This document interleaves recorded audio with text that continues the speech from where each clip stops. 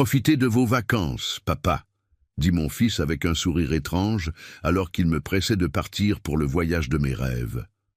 Je marchais déjà vers l'autocar, excité par ces vacances, quand soudain, je fus arrêté par une voisine que j'avais aidée financièrement par le passé. Elle était essoufflée et murmura « Henri, ne montez surtout pas dans cet autocar. Venez vite chez moi, j'ai découvert quelque chose de terrible. » Mes chers amis, bienvenue. Avant d'ouvrir les portes de cette vieille maison et de découvrir ses secrets, je vous demande une petite faveur. Abonnez-vous à la chaîne et laissez un pouce bleu sur cette histoire. Écrivez dans les commentaires de quelle ville ou région vous nous écoutez. Mon cœur se réchauffe de voir combien nous sommes nombreux. Maintenant, installez-vous confortablement et profitez de l'histoire. J'étais debout dans le hall de mon immeuble, regardant la valise que Damien avait préparée lui-même. C'était étrange. D'habitude, mon fils ne se donnait pas la peine de ce genre d'attention. Damien faisait rarement un effort pour quoi que ce soit qui n'impliquait pas son propre confort ou quelques stratagèmes fous pour s'enrichir rapidement. « Alors papa, tu vas rester planté là toute la journée ?» Sa voix sonnait excessivement joyeuse. Elle avait cette fausse note que j'avais appris à reconnaître depuis ces années de collège, quand il cachait ses bulletins avec de mauvaises notes. L'autocar part dans 40 minutes. Le taxi est déjà en bas. Je déplaçais mon regard de la valise vers mon fils, 35 ans.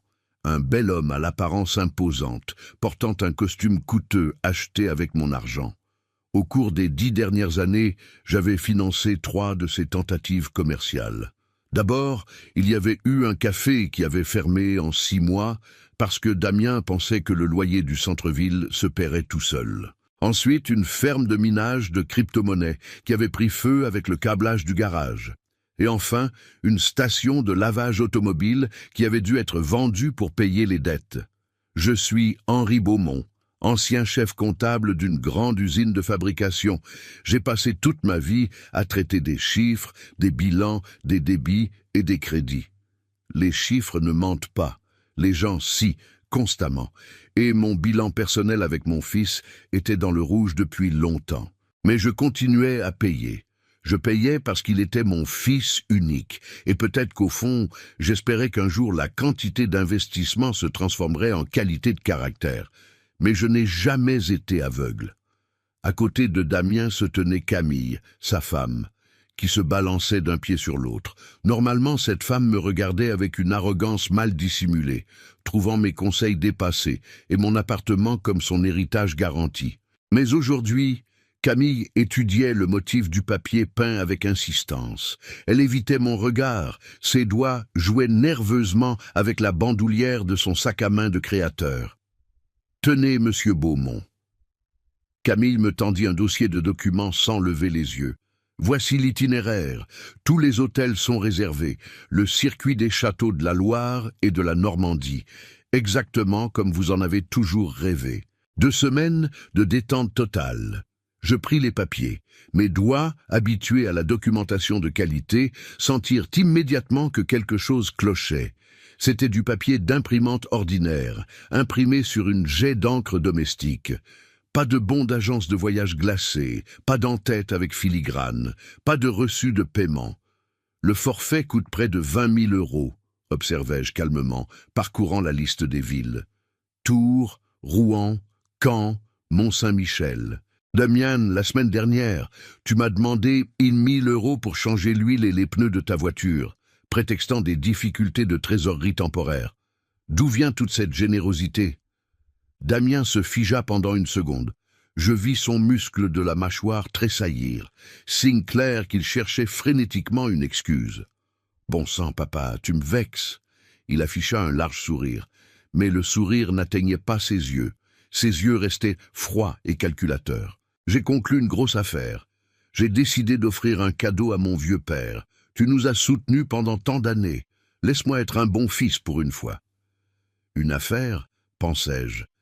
Sa dernière affaire s'était terminée par moi, devant payer sa dette à des usuriers, mais je ne dis rien à voix haute. Je hochai simplement la tête, pliant soigneusement le papier et le mettant dans mon sac. « Merci », dis-je d'un ton neutre. « C'est très inattendu. » J'enfilai ma veste légère et ajustai mon foulard devant le miroir. Dans le reflet, je ne voyais pas seulement un homme âgé partant en vacances, je voyais quelqu'un habitué à vérifier chaque virgule dans un contrat. Et dans cette scène de bonheur familial, les virgules étaient mal placées. Pourquoi cette précipitation? Pourquoi la voiture avait-elle été appelée une demi-heure plus tôt que nécessaire? Pourquoi Camille, qui ne se réveille jamais avant midi, était-elle maquillée et prête à 8h du matin? Je me retournai pour attraper mon sac et intercepter le regard de Damien. Il ne me regardait pas. Il regardait par-dessus mon épaule vers le fond du couloir où se trouvait mon bureau ancien en acajou. Ce meuble était hérité de ma grand-mère. Il était solide, lourd et toujours fermé à clé. La clé pendait autour de mon cou, sur une fine chaîne cachée sous ma chemise. À l'intérieur du bureau, il n'y avait pas de bijoux ni d'argent liquide. Il y avait quelque chose de plus précieux, les actes de propriété originaux de cet appartement, les documents pour la propriété de campagne dans un quartier huppé et surtout le titre des propriétés d'entrepôt que je louais. Ces entrepôts nourrissaient toute la famille, permettant à Damien de jouer à l'homme d'affaires et à Camille de parader dans de nouveaux vêtements. Le regard de mon fils n'était pas curieux, il était prédateur. C'était comme s'il regardait un coffre-fort, dont la combinaison était sur le point de tomber entre ses mains. « Je vais vous laisser les clés de l'appartement », dis-je en observant leur réaction. « Les plantes ont besoin d'eau tous les 2 jours, surtout la fougère. »« Oui, bien sûr, papa. »« Ne t'inquiète pas, » répondit rapidement Damien, sa voix trahissant un soulagement mal dissimulé. « On s'occupera de tout. L'important, c'est que tu éteignes ton portable et que tu te reposes de tout ce stress. Ils disent que le signal est terrible dans ces auberges historiques. » Signal terrible, notai-je mentalement. Une autre pièce du puzzle. Ils voulaient que je sois injoignable. Je pris la valise. Elle était légère, trop légère pour un voyage de 2 semaines. « Eh bien, que Dieu vous bénisse, dis-je. » Ils ne descendirent même pas pour m'accompagner à la voiture. Damien prétendit avoir un appel important, et Camille eut soudainement mal à la tête. Ils fermèrent la porte derrière moi si rapidement qu'il semblait qu'ils craignaient que je change d'avis. J'entendis le clic du verrou. Pas un tour, mais 2. Je quittai l'immeuble sous le soleil frais du matin. La voiture était au bord du trottoir. Le chauffeur fumait une cigarette, se tenant à l'écart. Mais mon attention fut attirée par autre chose. Mon œil professionnel, entraîné pendant des années à noter les incohérences dans les rapports, balaya automatiquement le parking. Tout semblait normal. L'air de jeu, les bancs, les voitures des voisins. Mais en tournant le coin de l'immeuble, presque caché par un cornouiller en fleurs, se trouvait un SUV de luxe noir. Je connaissais cette voiture. Dans notre ville, peu de gens conduisaient un modèle comme celui-là avec des plaques de collection. C'était la voiture du docteur Vincent Mercier, un notaire de mauvaise réputation, connu pour officialiser n'importe quel accord si le prix était suffisamment élevé.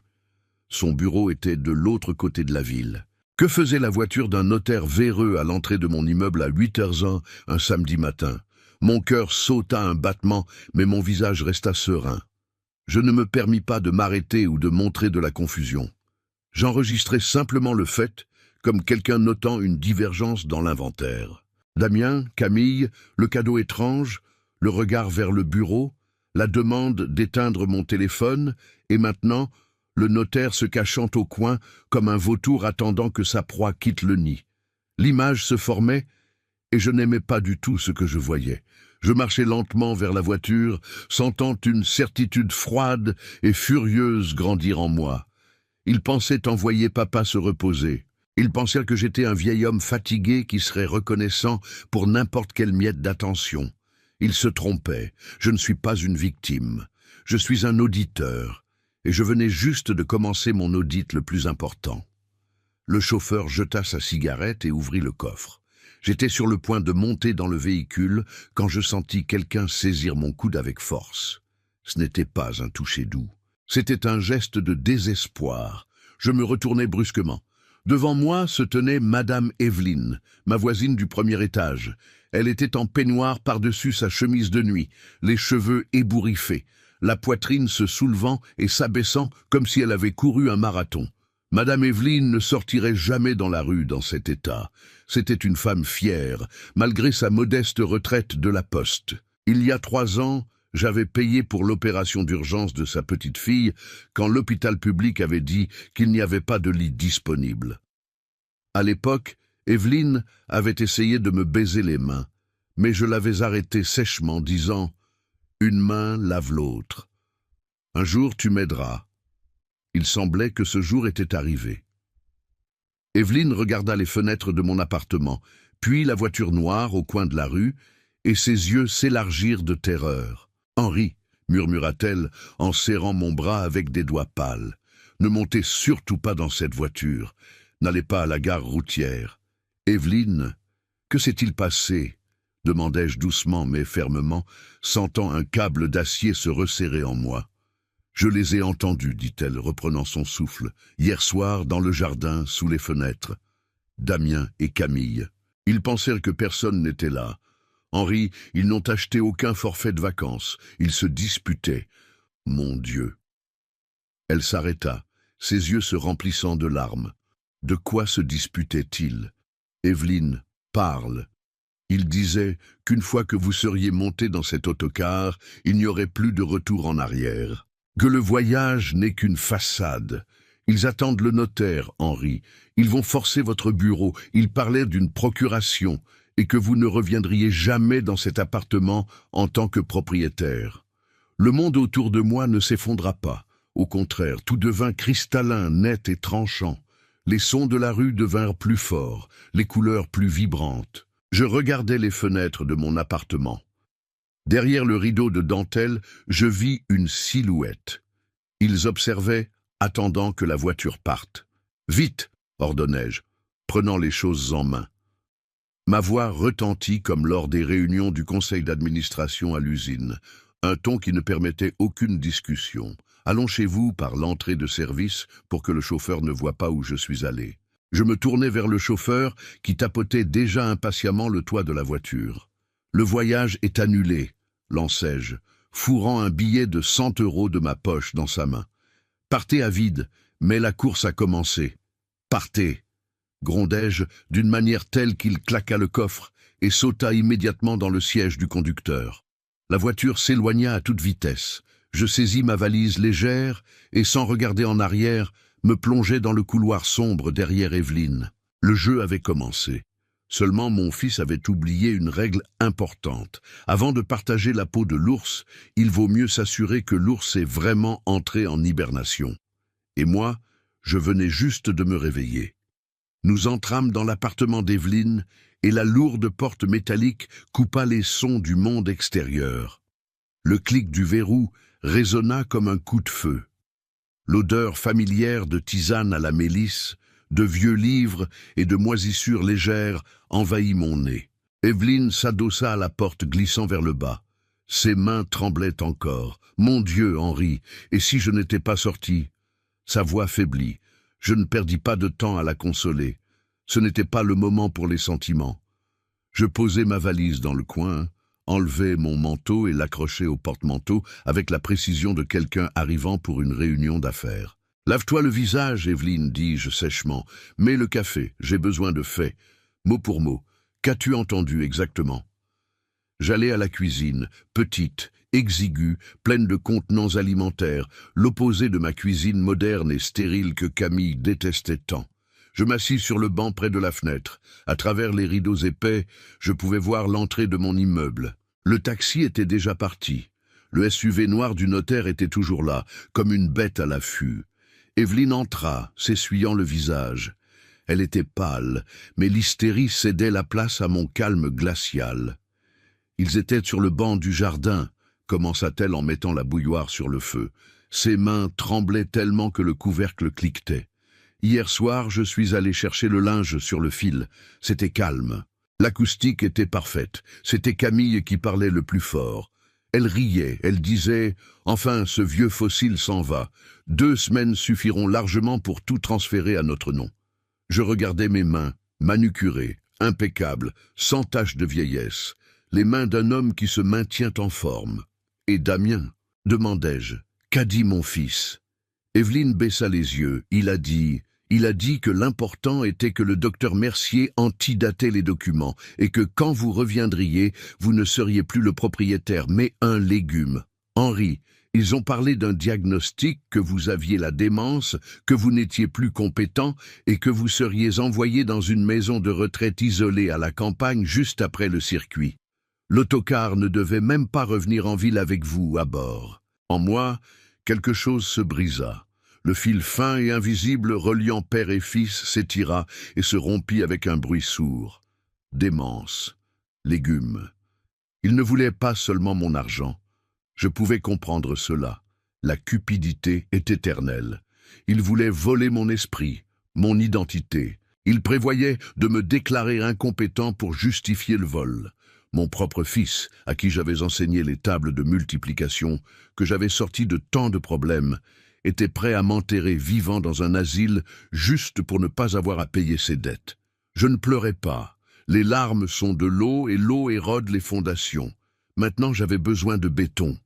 Je ressentis une étrange légèreté. C'était la libération.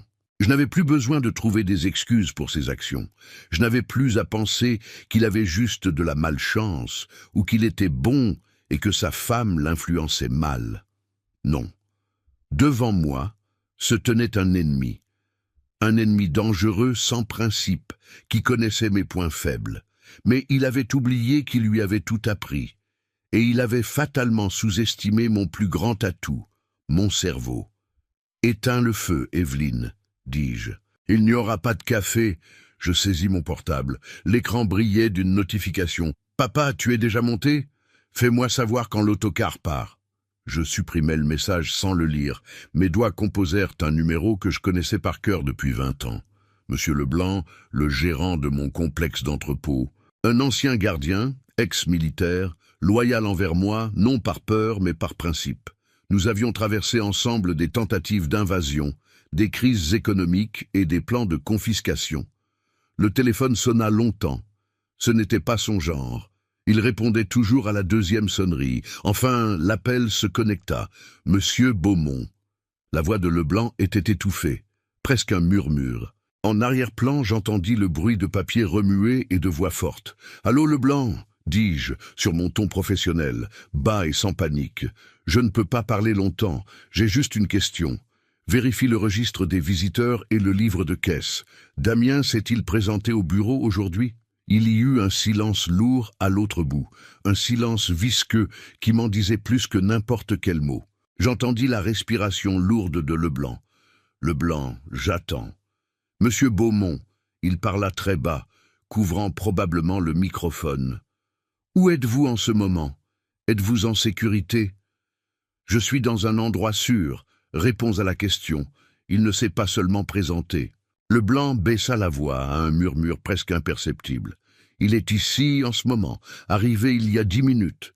Il a défoncé la porte de votre bureau et exige les clés du coffre-fort avec les documents fondateurs. Je serrai le téléphone si fort que mes jointures devinrent blanches. Alors ils agissaient en parallèle, nettoyant l'appartement et prenant simultanément le contrôle du bureau. Une attaque éclair. Renvoyez-le, Leblanc. Appelez la sécurité. Il n'a pas de procuration. Ma signature est la seule qui compte. Je ne peux pas. Le désespoir dans la voix du vieux gérant était clair. Monsieur Beaumont, il n'est pas seul. Il est avec un avocat et une autre femme. Quelle femme? Camille? Non, une inconnue, une femme forte en tailleur gris. Elle a montré des papiers, monsieur Beaumont. Des papiers avec un sceau judiciaire. Elle prétend être une tutrice nommée par le tribunal. Le monde autour de moi se rétrécit à la taille du haut-parleur. « Tutrice » répétai-je, sentant une fureur glaciale inonder mes veines. « Oui, elle dit qu'en raison de votre état de santé aigu, la gestion des actifs lui passe jusqu'à nouvel ordre. Damien est déjà en train d'ouvrir votre ordinateur. Il change les mots de passe, monsieur Beaumont. Il change l'accès bancaire en ce moment même. » Je regardai par la fenêtre. Le SUV noir du notaire commença à bouger et s'éloigna lentement de mon immeuble. Bien sûr, ils n'avaient plus besoin de forcer le bureau. Ils allaient à la banque. Ils avaient forgé une décision judiciaire. Ce n'était pas juste un vol, c'était la guerre. Et ils venaient de faire leur plus grosse erreur. Ils pensaient que j'étais déjà mort. Écoute attentivement ce que je vais dire, Leblanc, dis-je d'un ton si glacial qu'Evelyne, dans le coin de la cuisine, rentra ses épaules. Ne fais rien. Ne discute pas avec eux. Donne-leur les clés. Laisse-les penser qu'ils ont gagné. Mais active les enregistrements de la caméra de la salle de conférence. Audio et vidéo. Sauvegarde tout sur un disque externe. Tu me comprends? Compris. Je te rappelle. Je raccrochai. Mon regard tomba sur le couteau de cuisine qu'Evelyne avait laissé sur la table. Il était tranchant, étincelant. Je le repoussai soigneusement. « Que s'est-il passé ?» murmura Evelyne. Je me levai. Mes mouvements étaient précis. Ils pensent que je suis devenu fou, Evelyne. Eh bien, il est temps de leur montrer comment fonctionne mon esprit malade. Je sortis un bloc-notes et un stylo de mon sac. J'avais besoin d'élaborer un plan. Le premier point était simple, je devais vraiment disparaître. La suite continue avec la même adaptation culturelle française, remplaçant tous les éléments américains par des équivalents français, et se termine avec « La fin d'après-midi à la maison de campagne est fraîche. Je sens le pain mouillé et la fumée de bois. Les voisins brûlent des feuilles. Je suis assis sous le porche, enveloppé dans une chaude couverture en laine. Sur la table d'appoint, une tasse de tisane à la camomille fumante. Silence. Autrefois, ce silence me faisait peur. Il semblait signifier la solitude. Maintenant, je sais. C'est le son de la liberté. Personne ne me ment. Personne ne me regarde comme si j'étais un chéquier. Personne n'attend ma mort. Je possède ma terre, mon temps, ma vie. J'étends ma main vers la cheminée. Là repose le papier plié en 4. L'itinéraire de ce voyage de rêve que mon fils m'avait remis dans le hall. Circuit des châteaux, tout compris de luxe. Lentement, avec plaisir, je déchire le papier. D'abord en 2, puis encore, et encore. Je transforme le mensonge en petits confettis. Je jette les morceaux dans le feu. Les flammes lèchent le papier avidement. Une flamme brillante s'élève pendant une seconde, illuminant la pièce, puis disparaît, devenant cendre grise. Je prends une gorgée de tisane. Elle est chaude, aromatique et incroyablement délicieuse. Profitez de votre repos, Henri, me dis-je à moi-même. Et pour la première fois depuis de nombreuses années, je me repose vraiment. Merci d'avoir regardé cette histoire sur les conseils de papy. Si vous l'avez apprécié, n'oubliez pas de vous abonner à la chaîne, de laisser un pouce bleu et de commenter ci-dessous de quelle ville ou région vous nous regardez. Votre soutien compte énormément pour nous. Jusqu'à la prochaine histoire, prenez soin de vous et rappelez-vous, la sagesse vient avec l'expérience, mais parfois, elle vient aussi avec la trahison. Que Dieu vous bénisse. La chambre d'amis d'Evelyne était minuscule, pleine de cartons de vieux vêtements et de piles de magazines de jardinage. Mais je n'avais pas besoin d'espace, j'avais besoin d'un bureau, d'une prise électrique et de silence. Je dégageai la surface d'un vieux bureau, poussant de côté des livres poussiéreux. Je sortis mon ordinateur portable de la valise, mon fidèle vieil ordinateur que Damien considérait comme de la ferraille et n'avait même pas pensé à prendre. C'était sa première erreur. Dans cette antiquité étaient stockées toutes les clés électroniques, des copies de bases de données et surtout l'accès à mon stockage cloud personnel, dont il ne soupçonnait même pas l'existence. J'ouvris un nouveau document. Mes doigts se posèrent dans leur position habituelle. Je n'écrivais pas une lettre ou une plainte. Je rédigeais un document légal, la révocation de toutes les procurations. Mon expérience de chef comptable disait « Le papier est un bouclier, mais un papier correctement rempli est une épée ». Je tapais rapidement, formulant chaque phrase avec une précision chirurgicale. Je révoquais toute procuration donnée au nom de Damien Beaumont et Camille Lasserre, rétroactive de 10 ans. Je savais que légalement on ne révoque pas le passé, mais j'incluais une clause sur l'incitation à l'erreur et les actes frauduleux qui me donneraient des motifs pour contester toute affaire effectuée par eux pendant cette période.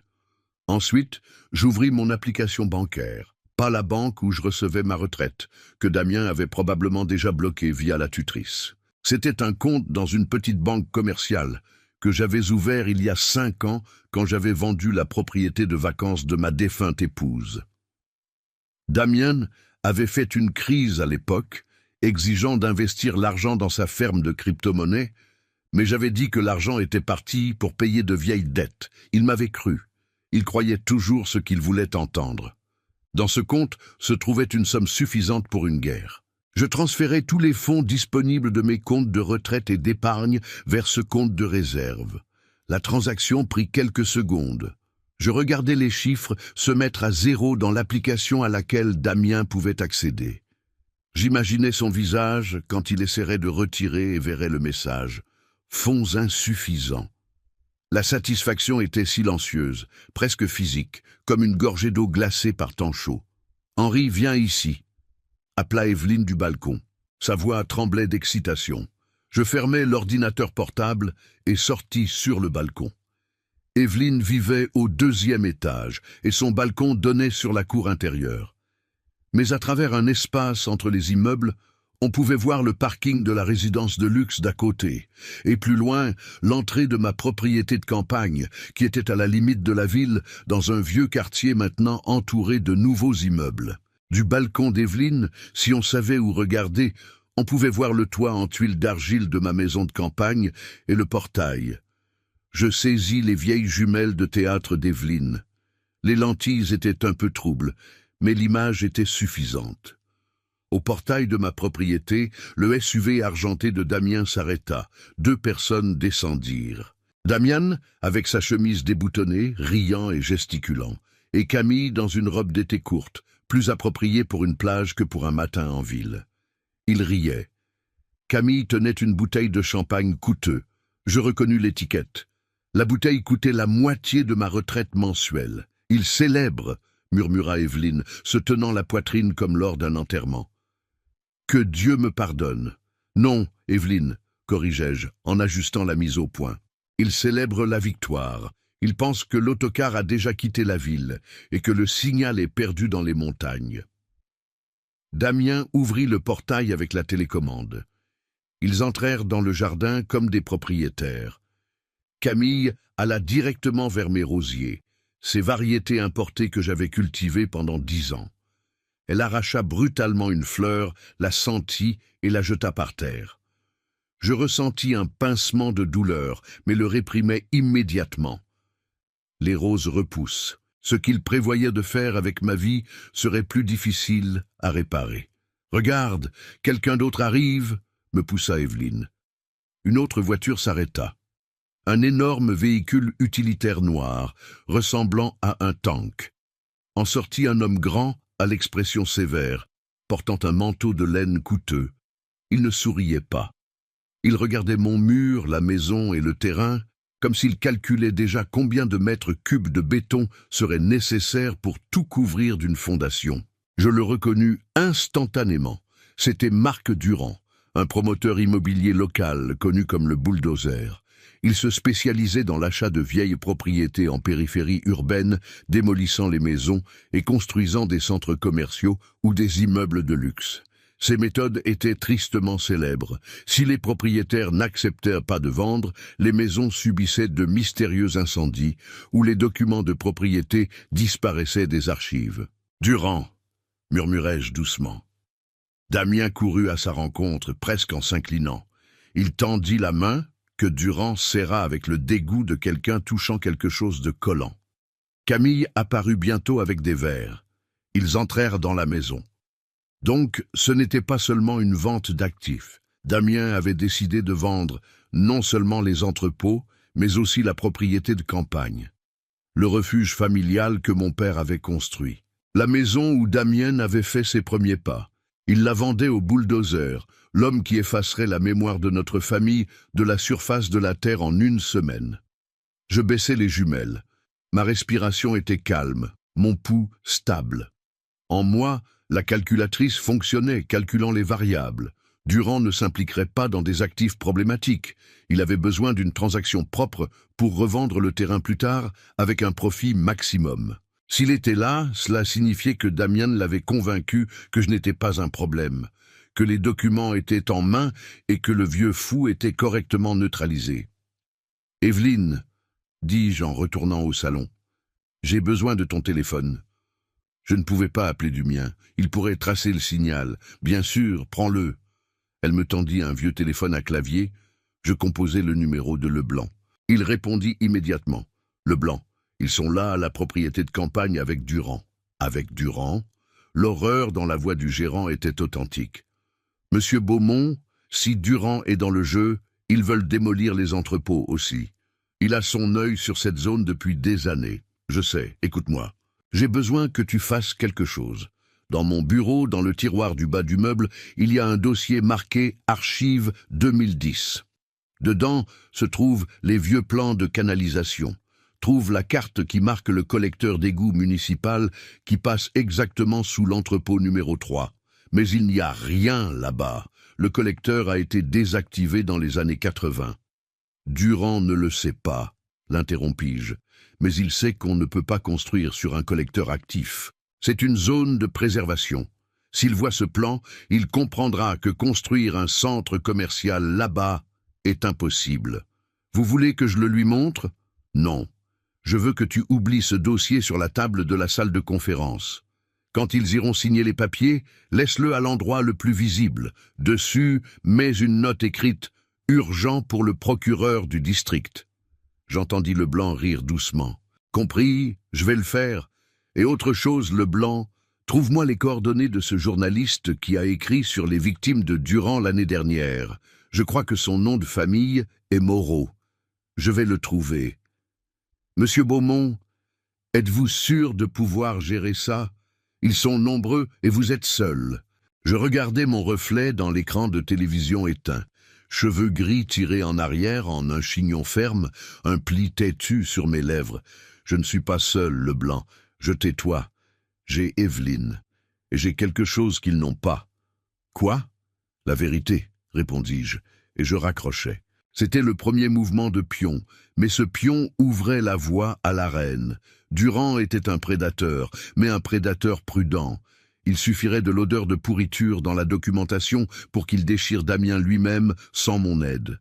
Je devais juste donner un petit coup de pouce à la situation. Je retournai à l'ordinateur portable. À l'écran, le curseur clignotait dans le document de révocation. J'ajoutais un autre paragraphe. Copie transmise au bureau du procureur du district et au conseil de révision des notaires. Imprimé, signé, envoyé par coursier. Je regardais l'horloge. Il n'était que 14 heures. Mon autocar censé serait en train de traverser la campagne normande maintenant.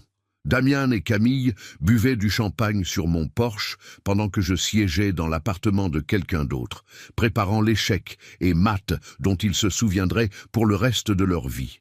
Mon portable vibra sur la table, brisant le silence. Un message de Damien. « J'espère que l'autocar est confortable, papa. Les sièges s'inclinent. Éteins ton téléphone et détends-toi. Tu le mérites. Je t'aime. » Je souris amèrement. Tu le mérites. Quelle ironie. Il ne savait pas à quel point il avait raison. Je méritais vraiment du repos de ses mensonges, de son parasitisme, de la peur éternelle pour son avenir, mais je fournirais ce repos moi-même, et ce ne serait rien de ce qu'il avait prévu. Je n'étais pas dans un siège moelleux inclinable, mais sur une chaise dure aux archives publiques de la ville. L'odeur de poussière et de vieux papier m'avait toujours calmé. L'ordre régnait ici. Chaque document avait sa place, son numéro, son histoire. Et cette histoire ne pouvait pas être réécrite par le caprice d'un amateur ambitieux. « Monsieur Beaumont » s'approcha l'archiviste, « Madame Anne, une femme de mon âge. Nous nous connaissions depuis 20 ans. J'ai trouvé votre dossier. Il était dans les archives mortes profondes. » Elle posa un dossier volumineux devant moi. Complexe d'entrepôt numéro 4. Documentation primaire 1998. Merci, Anne. Tu m'as sauvé. De rien, mais que s'est-il passé? Tu as l'air prêt pour la guerre. Presque ça, Anne. Presque ça. J'ai besoin d'une copie certifiée de l'acte de privatisation et du plan de subdivision. Urgent. Pendant qu'Anne préparait les copies, je feuilletais les pages. Il y avait l'acte de propriété, ma signature, ferme et décisive, les sceaux. Pas d'associés, pas de participation de tiers. Propriété exclusive. Damien pouvait forger toutes les procurations qu'il voulait, mais l'original bat toujours la copie, surtout au tribunal. À ce moment, comme Leblanc me le raconta plus tard, une scène digne d'un feuilleton se déroulait au bureau des entrepôts. Leblanc appela Damien, comme nous en étions convenus, et le laissa sur haut-parleur pour tout capturer. « Damien, nous avons un problème. Le système n'accepte pas le nouveau contrat de location avec Durand. Il nécessite une confirmation biométrique ou la signature du propriétaire. Le central a bloqué l'opération. » Damien, qui à ce moment semblait être à moitié ivre de champagne, rit. « Quoi? Central? De quoi parles-tu, Leblanc? Tu deviens sénile? Mon père est dans un autocar qui cahote à travers la Normandie. Il n'y a pas de signal là-bas et il n'y en aura pas pendant les 2 prochaines semaines. Je t'ai déjà dit que c'est moi qui suis responsable maintenant, entre mon code. J'ai essayé, Damien, ça ne passe pas. Ça dit erreur d'accès, contactez le propriétaire. Peut-être qu'on devrait appeler Monsieur Beaumont. Tu plaisantes? » Sa voix devint irritée. J'ai déjà dit, ne l'embête pas. Le vieux se repose. Laisse-le voir les églises et manger des crêpes bretonnes. C'est mauvais pour lui de s'inquiéter. Contourne simplement le système. Tu sais comment faire. Désactive la vérification de signature. C'est enfreindre le protocole de sécurité, Damien. « Au diable l'audit !» cria Damien. « Quand il reviendra, tout sera déjà différent. Les entrepôts seront un centre commercial et Durand et moi boirons du cognac à Paris. Fais ce que je dis ou démissionne. » Il raccrocha. Le vieux mangeant des crêpes bretonnes. Au diable l'audit. Leblanc sauvegardia l'enregistrement. Chaque mot, chaque ton de mépris. Ce n'était pas juste de la grossièreté, c'était la preuve d'un abus de pouvoir délibéré et de coercition du personnel. Je quittai les archives avec des copies certifiées dans mon sac. Le soleil commençait à se coucher. La prochaine étape était la réunion avec l'avocat qu'Evelyne avait recommandé. Mais d'abord, je devais vérifier un détail. Leblanc m'avait envoyé une photo de la carte de visite de cette femme, la supposée tutrice qui accompagnait Damien. Rita Fagundes, service juridique, tutelle et curatelle. Le nom me semblait vaguement familier. Fagundes. Où avais-je entendu ça? J'allais dans un cybercafé, m'assis dans un coin et cherchais le nom sur Google. Les premiers liens étaient standards, mais à la 2e page de résultats, ce fut comme si j'avais reçu une décharge électrique. Un article de journal local d'il y a 5 ans, scandale à la fondation caritative, chef comptable accusé de détournement de fonds. J'ouvris l'article. Sur la photo, bien que granuleuse, c'était elle. Rita Fagundes.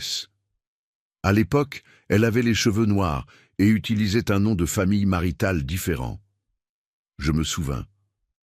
Mon Dieu, comment avais-je pu oublier? Rita avait travaillé dans notre service comptable à l'usine, au début des années 2000. C'était une petite chose docile qui se plaignait constamment de son salaire et de son mari malade. Je l'avais surprise en train de falsifier des feuilles de calcul d'uniforme. Les montants étaient petits mais réguliers. Je n'avais pas déposé de plainte policière par pitié. Je l'avais licenciée pour juste cause, mais sans fanfare, bien qu'il ait été enregistré en interne qu'elle ne pourrait plus jamais occuper de poste de confiance. Donc elle avait changé de nom de famille, teint ses cheveux, et se faisait maintenant appeler spécialiste en tutelle. Damien l'avait trouvée, ou elle l'avait trouvée, 2 opportunistes qui avaient trouvé la victime idéale. Elle me connaissait, savait qu'il avait licencié. Et maintenant, ce n'était pas juste un travail pour l'argent, c'était une vengeance personnelle. Elle aidait mon fils à me déclarer incompétent, savourant chaque moment. Je ressentis du dégoût, pas de la peur. C'était comme marcher dans la boue. Mais la compréhension vint aussi. J'avais un atout. Si la tutrice avait un casier judiciaire et l'article mentionnait une condamnation en première instance, elle ne pouvait pas légalement être la tutrice de qui que ce soit en aucune circonstance.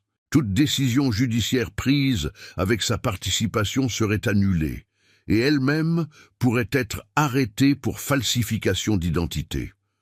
Damien, dans sa hâte et sa cupidité, n'avait même pas pris la peine de vérifier les antécédents de sa complice. Il avait saisi la première avocate qui acceptait le travail sale. « Ah, Damien, murmurai-je, en regardant le moniteur, quel stratège tu t'es révélé être. Tu as amené dans la maison le rat même que j'avais déjà expulsé. J'imprimais l'article et pliais le papier soigneusement. Maintenant, je connaissais leurs points faibles. Leur plan était soutenu par des poutres pourries. Il suffirait d'en abattre une pour que tout s'effondre. Je sortis dans la rue. L'air nocturne était frais. Je respirais profondément. « Repose-toi, papa. » Je répétais les mots de mon fils. Repos. J'allais à l'arrêt d'autobus. Je devais retourner chez Evelyne, rassembler les documents et me préparer pour le lendemain. Demain, je commencerai à tirer les fils. Ils pensaient que j'étais le passé, de vieux meubles à jeter. Ils avaient oublié que les antiquités valent parfois plus que n'importe quoi de neuf et sont beaucoup plus résistantes. Le lendemain matin commença non pas avec du café, mais avec une réunion dans un parking abandonné près du marché central. L'emplacement avait été choisi par Leblanc. Il n'y avait pas de caméra là-bas et le bruit de la circulation étouffait les conversations. Il arriva dans une voiture discrète, regarda autour de lui et me tendit un épais dossier. Son visage était gris. Monsieur Beaumont. Il ne pouvait pas me regarder dans les yeux. Je ne savais pas comment dire ça au téléphone. Ça dépasse toutes les limites.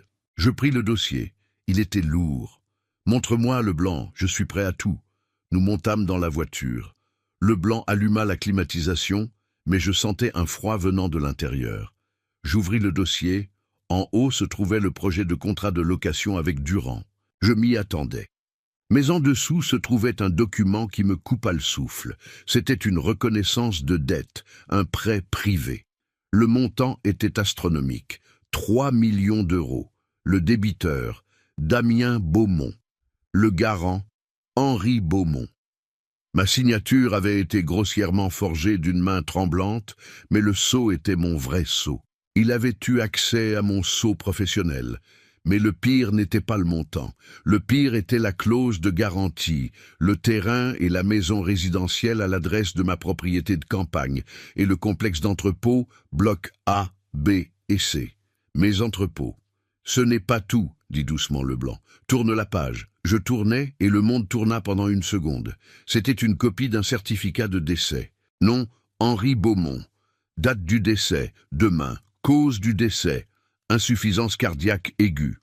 Je regardais mon propre nom imprimé dans ce cadre sinistre pour la date de demain. D'où ça vient? Ma voix sonnait creuse, mécanique. Je l'ai trouvé dans la corbeille de son ordinateur, répondit Leblanc. Il a scanné le brouillon. Apparemment, Fagundes a préparé le modèle. Il planifiait, monsieur Beaumont.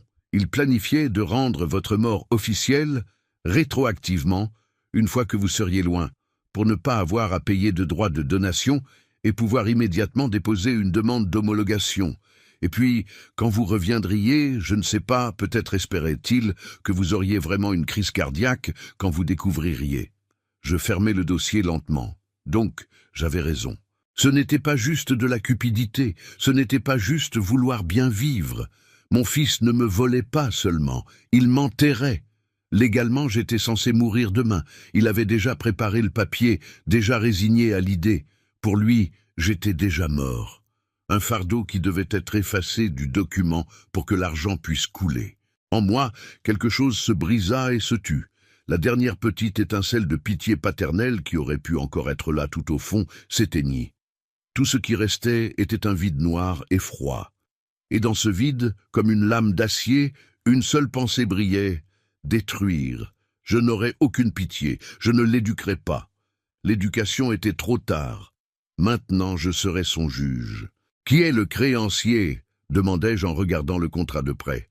Il est dit investissement VNS, répondit Leblanc. Mais vous savez qui est derrière ça? Je le savais. C'était juste une façade pour l'opération d'usure de Vincent Russo. Un type dangereux qui contrôlait la moitié des concessionnaires de voitures d'occasion et des boutiques pornographiques de la région. Des gens lourds qui ne résolvent rien au tribunal. Ils le résolvent autrement. Damien avait emprunté de l'argent à des criminels, 3 millions d'euros avec une garantie sur des actifs qui ne lui appartenaient pas et sous la promesse de la mort de sa mère, qui était bien vivante. « C'est un idiot », déclarai-je sans émotion. « Un idiot clinique. Il pense qu'il va les tromper comme il m'a trompé. Il pense que Durand va acheter la propriété rapidement et qu'il va rembourser la dette avec intérêt, expliqua Leblanc. Mais Durand traîne des pieds, vérifiant les documents, et les intérêts de Russo ne s'arrêtent pas. Je regardais le taux, 5% par semaine, avec une pénalité quotidienne de 10% pour retard de paiement. Si Durand se retirait de l'affaire, Damien serait seul avec une dette croissant géométriquement et avec des créanciers qui n'acceptaient pas d'excuses sur maman dans l'autocar.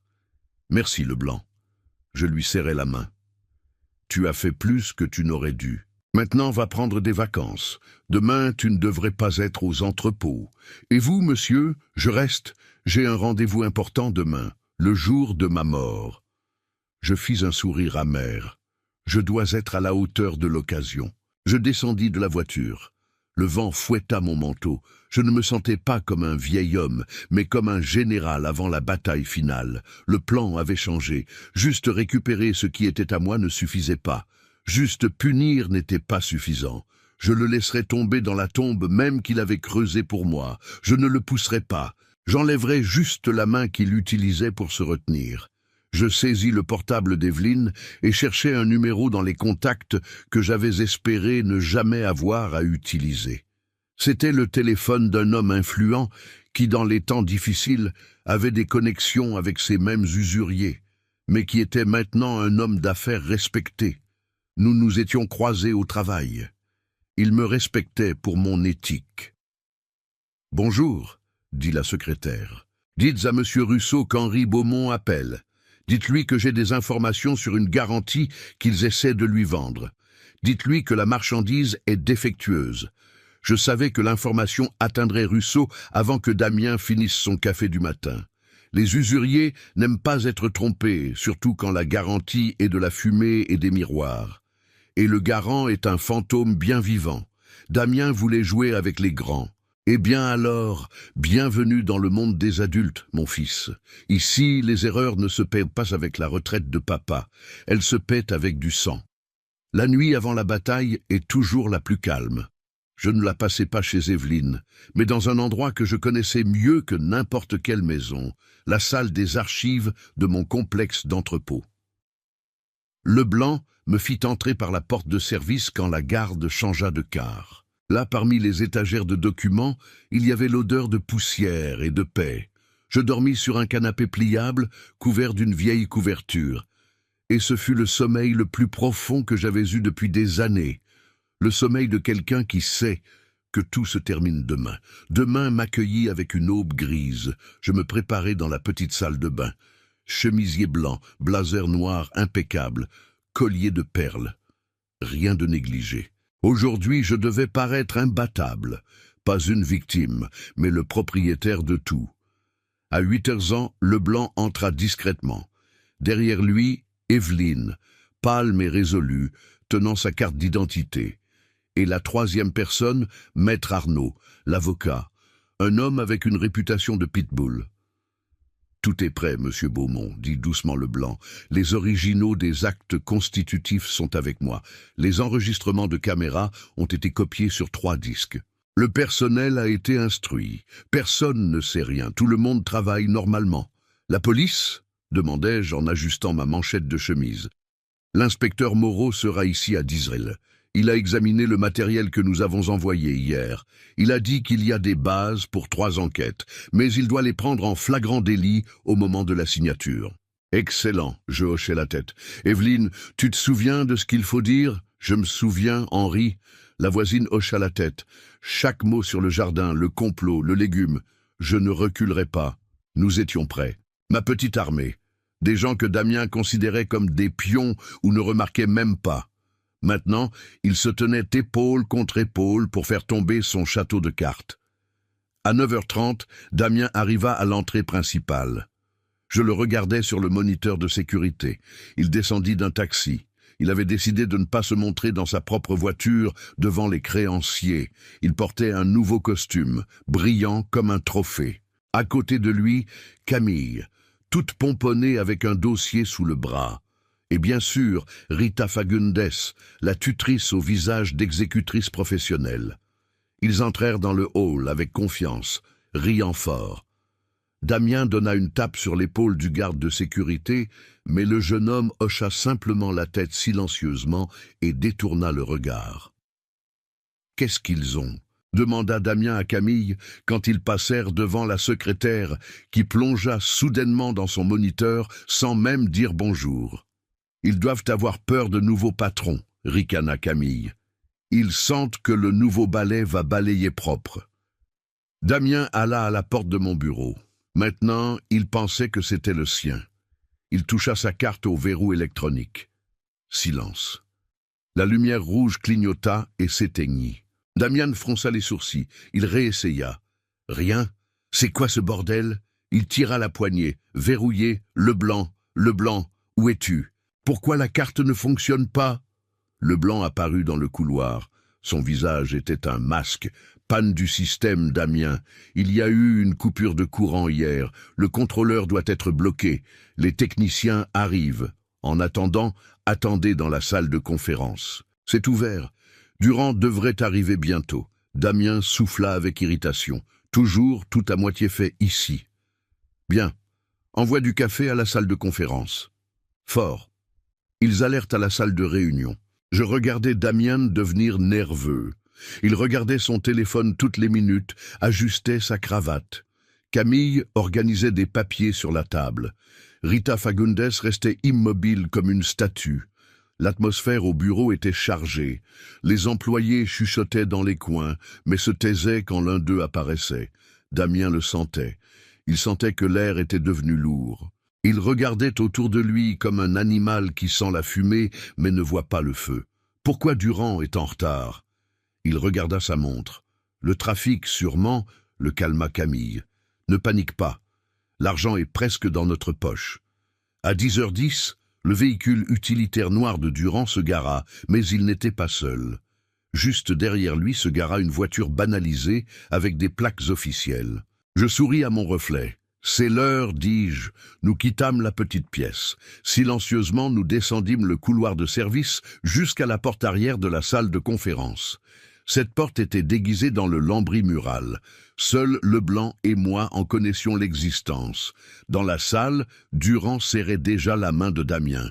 « Alors, jeune homme, » dit le promoteur. « Documents prêts, originaux ?»« Bien sûr, monsieur Durand. » Damien agit précipitamment, étalant les papiers. « Voici le titre de propriété, la procuration complète, l'ordre de tutelle. Tout propre comme de l'eau minérale. » Durand prit les papiers, mais ne se pressa pas de signer. Il lut attentivement. « Et où est monsieur Beaumont ?» demanda-t-il soudainement, levant son regard lourd vers Damien. « J'aimerais m'assurer qu'il est au courant de la transaction.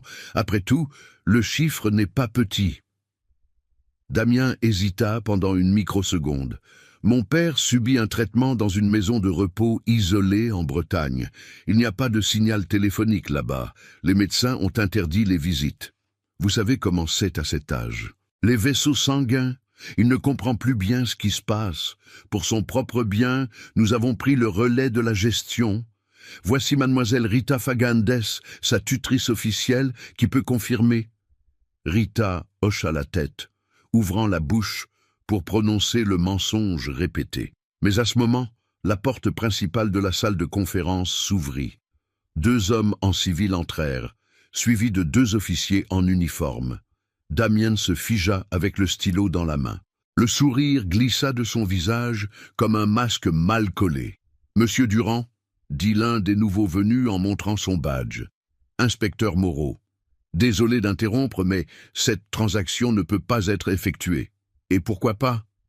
Le visage de Durand s'assombrit, bien que la compréhension brilla immédiatement dans ses yeux. Parce que l'objet de la vente est une preuve matérielle dans une enquête pour fraude et falsification procédurale, répondit calmement l'inspecteur. Et aussi parce que le vendeur n'a pas l'autorité de disposer de ses actifs. « Oh, quelle bêtise !» cria Damien, sautant de sa chaise. « J'ai une procuration, j'ai la tutrice.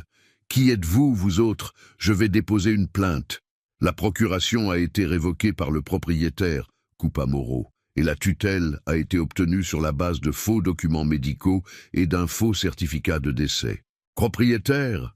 Damien pâlit. Mon père est dans un autocar, il est incompétent, et c'est à ce moment que j'appuyais sur le bouton du mur. Le panneau glissa silencieusement. J'entrai dans la salle. Le silence qui suivit était assourdissant. Je pouvais entendre le tic-tac de la montre coûteuse au poignet de Durand. J'entendis la respiration laborieuse de Camille. Damien me regarda comme s'il voyait un fantôme. Sa bouche s'ouvrit et se ferma comme un poisson hors de l'eau. « Bonjour mon fils », dis-je. Ma voix était calme, ferme, glaciale. L'autocar est arrivé. Arrêt final. Je marchais vers la table sans quitter des yeux. Il recula jusqu'à ce que son dos heurte le mur. « Papa », murmura-t-il, « tu es ici. Je suis ici, Damien. J'ai toujours été ici. J'ai vu chacun de tes pas. J'ai entendu chaque mot sur le légume, sur la clinique, sur comment tu as renié ta mère. » Je m'arrêtais me corrigeant. « Mais comment tu m'as renié pour mes 1000 € tout en planifiant de m'enterrer vivant ?» Je jetai le dossier que Leblanc m'avait donné sur la table. Le dossier avec ses dettes, avec le faux certificat de ma mort. « Échec et mat, Damien, dis-je. Partie terminée. » Durand posa son stylo sur la table très lentement, regarda Damien, puis moi, puis l'inspecteur, et prit la seule décision sensée. « Je n'ai rien à voir avec ça, » déclara-t-il en levant les mains. « J'ai été induit en erreur. Je suis disponible pour témoigner en tant que témoin. » Le regard de Damien erra dans la pièce, cherchant une sortie qui n'existait pas. Il n'y avait que la police bloquant les portes. Il y avait son père, qui n'était plus un père, mais un juge. Et il y avait l'abîme vers lequel il avait lui-même marché. Le piège s'était refermé. Tu as tout compris de travers. La voix de Damien faiblit, montant dans les aigus. Il se décolla du mur et fit un pas vers moi, tendant les mains dans un geste qui aurait dû être une supplication filiale, mais ressemblait au désespoir d'un homme qui se noie. « Papa, écoute. C'était une erreur. On voulait juste te faire une surprise, organiser les impôts. Je prenais soin de toi. Je restais immobile comme un rocher sur lequel se brisent les vagues sales. Surprise, répétai-je en levant un sourcil. Mon certificat de décès est une surprise. Le prêt aux usuriers avec ma maison en garantie, c'est prendre soin. C'est temporaire. Il commença à parler sans arrêt, suant froid. Ce ne sont que des papiers, une formalité. Tu sais, je ne leur aurais jamais dit. Dis-leur que tu m'as donné l'autorisation toi-même. Tu as juste oublié.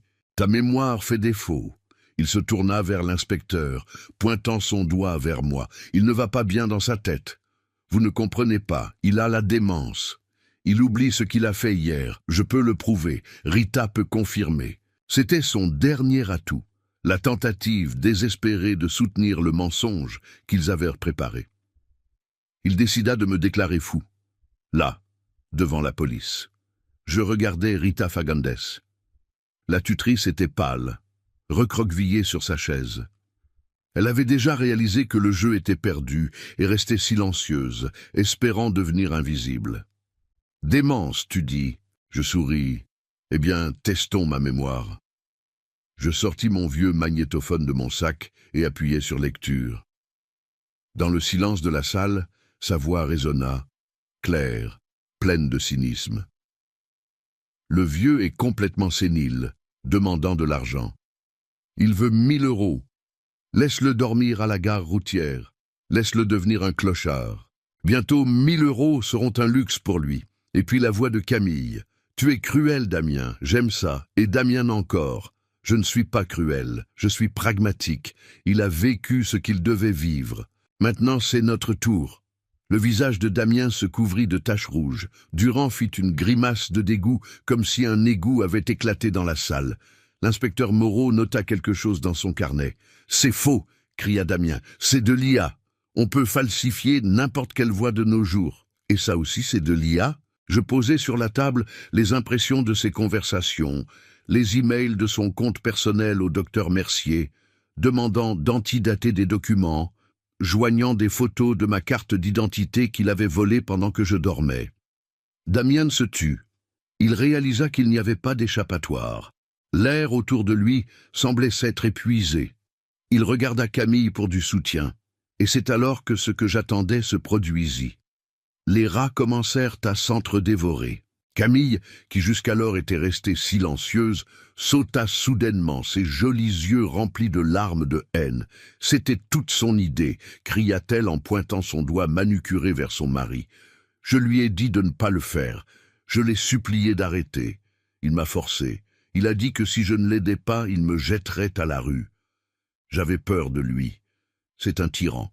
Il me frappait. Les yeux de Damien s'écarquillèrent. « Qu'est-ce que tu racontes, ordure ?» rugit-il. « C'était ton idée. Tu étais celle qui pleurait pour des bijoux et des sacs.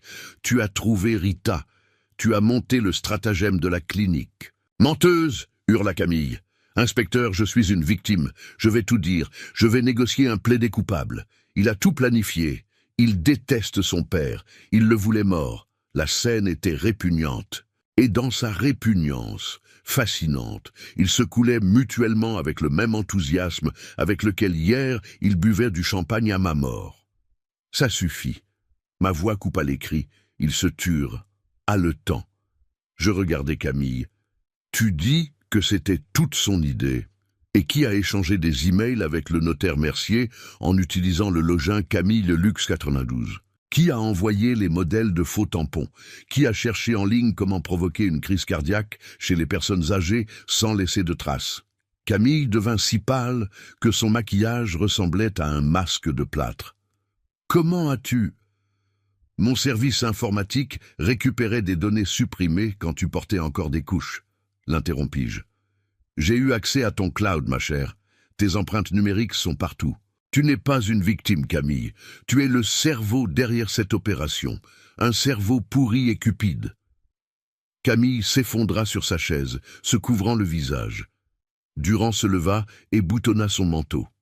« Monsieur Beaumont, dit-il avec gravité, je vous présente mes sincères excuses. Si j'avais su, mes avocats seront en contact.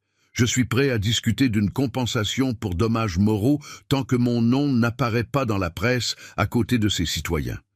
L'affaire est annulée. » Il partit sans regarder Damien. Dans la salle ne restait que nous, la police et les ruines d'une famille. Damien se tenait immobile, tête baissée. Toute la pompe avait disparu. Devant moi n'était pas un homme d'affaires prospère, mais un garçon effrayé qui a cassé un vase coûteux et attend la punition. « Papa, murmura-t-il sa voix, qu'est-ce qui va se passer maintenant? Maintenant la loi va se passer, Damien, répondis-je. Code pénal, article 171. La fraude pratiquée contre une personne âgée peut atteindre 10 ans. Et il y a falsification de documents publics. Tu vas m'arrêter !» Il leva les yeux pleins de terreur. En moi, quelque chose trembla. C'était le moment le plus difficile, le moment où le cœur veut pardonner, mais la raison sait que le pardon maintenant est cruauté. « Non, Damien, dis-je doucement. Je ne vais pas porter plainte contre toi et Camille. » Son visage s'illumina d'espoir. « Vraiment, papa? Merci. Je le savais.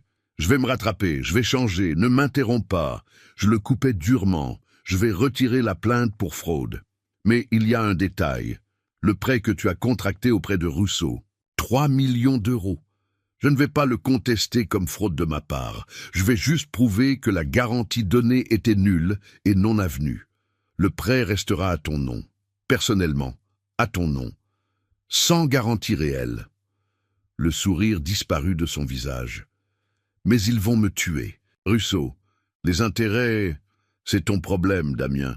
Tu ne voulais pas être un adulte. Sois-en un. Résous tes obligations toi-même.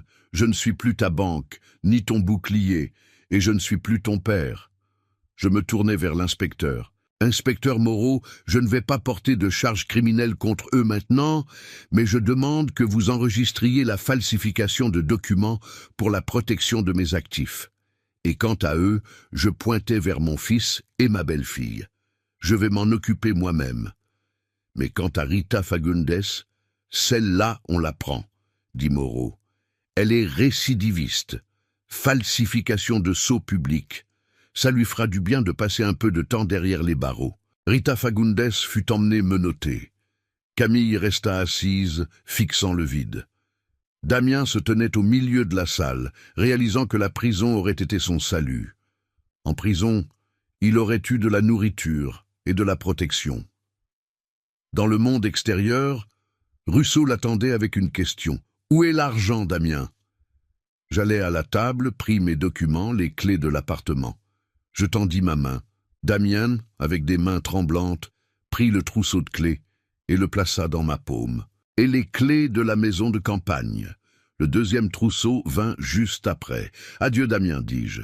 J'espère que tu trouveras un moyen de survivre. Tu as des reins, un foie, ils disent qu'ils sont très demandés. N'es-tu pas pragmatique ?»